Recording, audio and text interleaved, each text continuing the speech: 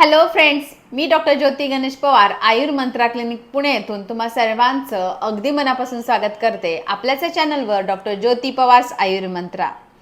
तर पोटावर चरबी साठणे आणि एकंदरीतच वजन वाढणे ही सध्या सगळ्यात मोठी समस्या आहे आणि त्यासाठी नानाविध उपाय आपण करत असतो आणि माझ्या चॅनलवर देखील वेगवेगळे व्हिडिओज मी त्यासाठी पोस्ट करत असते।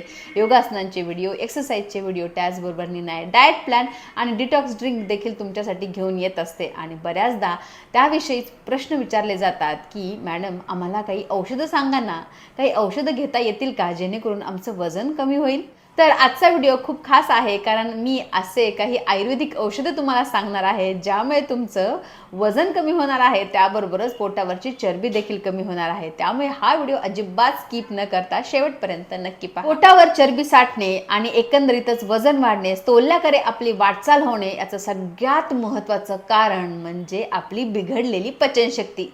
चयापचय किंवा मेटाबॉलिझम बिघडणे हे सगळ्यात महत्त्वाचं आणि मोठं कारण आहे वजन वाढण्याला। त्याच आपली पचनक्रिया बिघडणे यालाच आयुर्वेदामध्ये अग्निमांद्य म्हटलं जातं। आपल्या शरीरामध्ये अन्नाचे पचन होण्यासाठी जठराग्नी मदत करत असतो आणि याची क्रिया जर मंदावली तर अर्थातच खाल्लेल्या अन्नाचं व्यवस्थित पचन होत नाही आणि त्यामुळे अतिरिक्त चरबी स्वरूपात किंवा मेदधातूच्या स्वरूपात सगळ्यात आधी पोटावर तो साठू लागतो आणि आपल्या संपूर्ण शरीरावर फॅट डिपॉझिशन होऊ लागतं आणि वजन वाढतं। तर त्या अग्नीचं कार्य सुरळीत व्हावं यासाठी काही औषधी आपल्या शरीरात जाणं गरजेचं असतं जेणेकरून तो मंदावलेला जठराग्नी पुन्हा व्यवस्थित काम करू लागेल आणि आपली पचनक्रिया सुधारेल। तर त्यासाठी आयुर्वेदामध्ये एक महत्त्वाचं औषधी सांगितलेलं आहे ते म्हणजे हिंगवाष्टक चूर्ण। तर हिंग हे त्यातलं महत्त्वाचं इन्ग्रेडियंट आहे आणि अष्टक म्हणजे हिंगासोबत अजून 8 औषधी द्रव्य त्यात असतात जे दीपन पाचनाचं काम करतात। सुंठ आहे, सौंधव नमक आहे, जिरे आहे। तर अशा प्रकारचे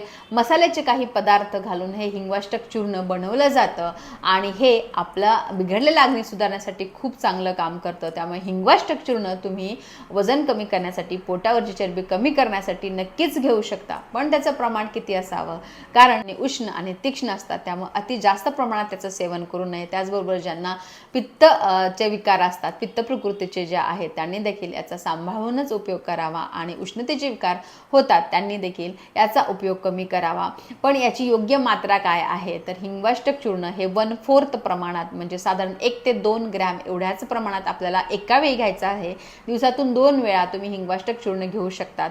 तर ज्यांना बिलकुलच भूक लागत नाही, पोट सतत गच्च असलं, ब्लोटिंग झाल्यासारखं वाटतं तर त्यांनी हिंगवाष्टक चूर्ण हे जेवणाआधी अर्धा तास घ्यावं। ते तुपात मिक्स करून तुम्ही घेऊ शकता किंवा कोमट पाण्यात देखील घेऊ शकता आणि ज्यांना जेवल्यानंतर थोडं खाल्लं तरी पोट भरल्यासारखं वाटणे किंवा पोट दुखणे असा त्रास होतो त्यांनी जेवल्यानंतर हिंगवाष्टक चूर्ण घेतलं तरी चालेल। डायरेक्ट तुम्ही चाटू देखील शकता किंवा मग कोमट पाण्यात देखील घेऊ शकता। तर अशा प्रकारे हे हिंगवाष्टक चूर्ण साधारण तुम्ही 1 महिना, 2 महिने, 3 महिन्यापर्यंत घेऊ शकता। तर अशा रीतीने हे हिंगवाष्टक चूर्ण तुम्हाला कुठल्याही मेडिकल स्टोअरमध्ये मिळेल, आयुर्वेदिक औषधी दुकानामध्ये तर जरूर मिळेल। तर ते तुम्ही घेऊन त्याचा अशा प्रकारे उपयोग तुम्ही नक्कीच करू शकता। महत्त्वाचा उपाय म्हणजे कोष्ठशुद्धी अर्थातच डिटॉक्सिफिकेशन। हे तर बऱ्याच जणांना माहीतच आहे। तर डिटॉक्सिफिकेशन म्हणजे काय की आपल्या शरीराची शुद्धी करणं। तर विरेचन हा उत्तम मार्ग आहे आपल्या शरीराची शुद्धी करण्यासाठी। तर आपल्याला घरगुती घरच्या घरी हे विरेचन कसं घेता येईल ते मी सांगते। उत्तम औषधी म्हणजे एरंड तेल। तर एरंडच्या झाडाच्या ज्या बिया असतात त्यापासून तेल काढलं जातं, एरंडेल तेल सगळ्यांनाच माहीत आहे। त्याची चव थोडीशी खराब असते त्यामुळे गरम पाण्यात आपल्याला ते घ्यायचं आहे। हे एरंड कोष्ठशुद्धीसाठी अर्थातच डिटॉक्सिफिकेशन होण्यासाठी खूप उपयोगी आहे। बऱ्याच जणांना मलावष्टंभ, बद्धकोष्ठता, पोटात गॅसेस होणे सगळ्या तक्रारी असतात आणि त्यामुळे अतिरिक्त पोटावर चरबी साठते। तर अशा प्रकारे एरंडेल तेल वर्षातून 2 वेळा लघु विरेचन आपल्या घरच्या घरी करायला काहीच हरकत नाहीये, परंतु त्यापूर्वी हे हिंगवाष्टक चूर्ण आधी घेणं गरजेचं आहे म्हणजे आपल्या शरीरातील अग्नी आधी दीपन पाचन करून सुधारणे आणि त्यानंतर कोष्ठशुद्धी जर केली तर आपल्याला जास्तीत जास्त बेनिफिट त्याचे मिळत असतात। तर हे एरंड तेल घरच्या घरी कसं घ्यायचं आणि किती प्रमाणात घ्यायचं तर एरंड तेल मी जसं सांगितलं की वर्षातून 2च वेळा तुम्हाला हा उपाय करायचा आहे।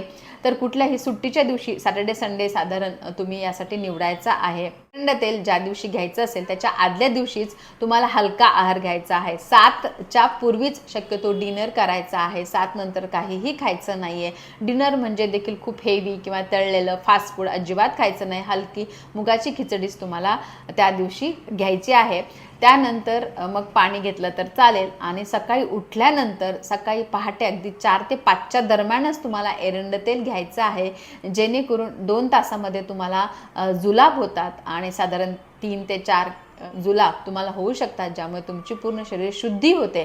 त्यासाठी तुम्हाला एरंड तेल किती घ्यायचं आहे, तर साधारण 20 ते 30 ml ही योग्य मात्रा आहे एरंडेल तेल घेण्याची. तर 20 ml म्हणजे 4 चमचे, मोठे पोह्याचे 4 चमचे ते 6 चमचे या मात्रेत तुम्ही एरंडेल तेल घेऊ शकता. काही लवकर घ्यायचं आहे, परंतु डायरेक्ट एरंड तेल पिलं जाणार नाही, तर कोमट पाण्यात घालून ते तुम्ही घेऊ शकता. साधारण अर्धा कप कोमट पाण्यामध्ये तुम्हाला हे एरंड तेल घालून घ्यायचं आहे. ते घेतल्यानंतर 2 तासामध्ये तुम्हाला जुलाब होतील आणि पोट व्यवस्थित साफ होईल.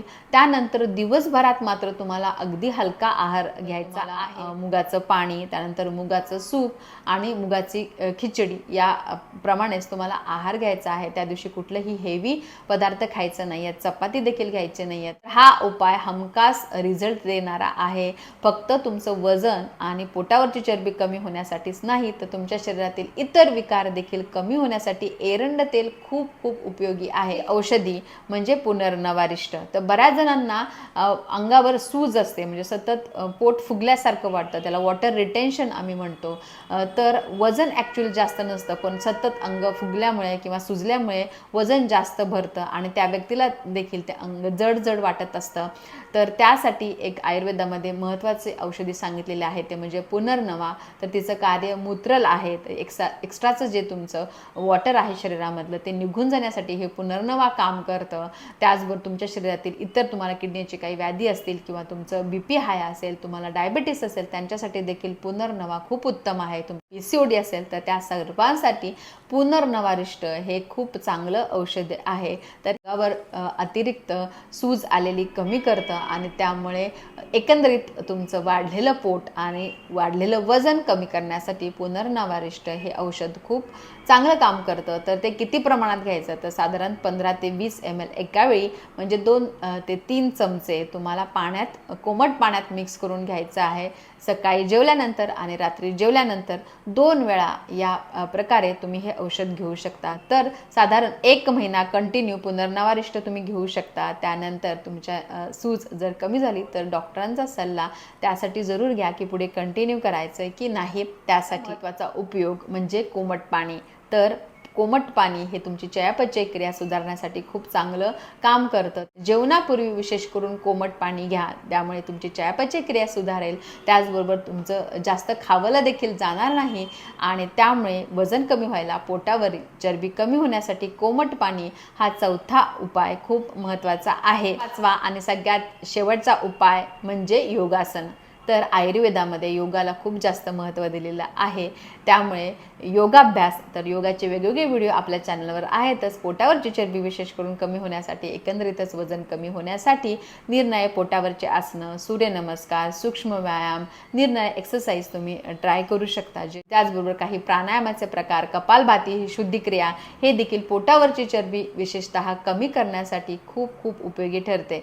आयुर्वेदिक औषधींचा उपयोग करून तुम्ही तुमच्या पोटावरची चरबी आणि एकंदरीतच वजन कसं कमी करू शकता हे मी या व्हिडिओमध्ये सांगितलं. तर हा भाग तुम्हाला कसा वाटला मला नक्की कळवा. आवडला असेल तर लाईक करा, जास्तीत जास्त लोकांपर्यंत हा व्हिडिओ शेअर करा आणि आमच्या चॅनलला सबस्क्राईब करा. भेटूयात लवकरच अशाच माहितीपूर्ण व्हिडिओसह. तोपर्यंत सर्वांनी काळजी घ्या आणि आनंदी राहा. धन्यवाद.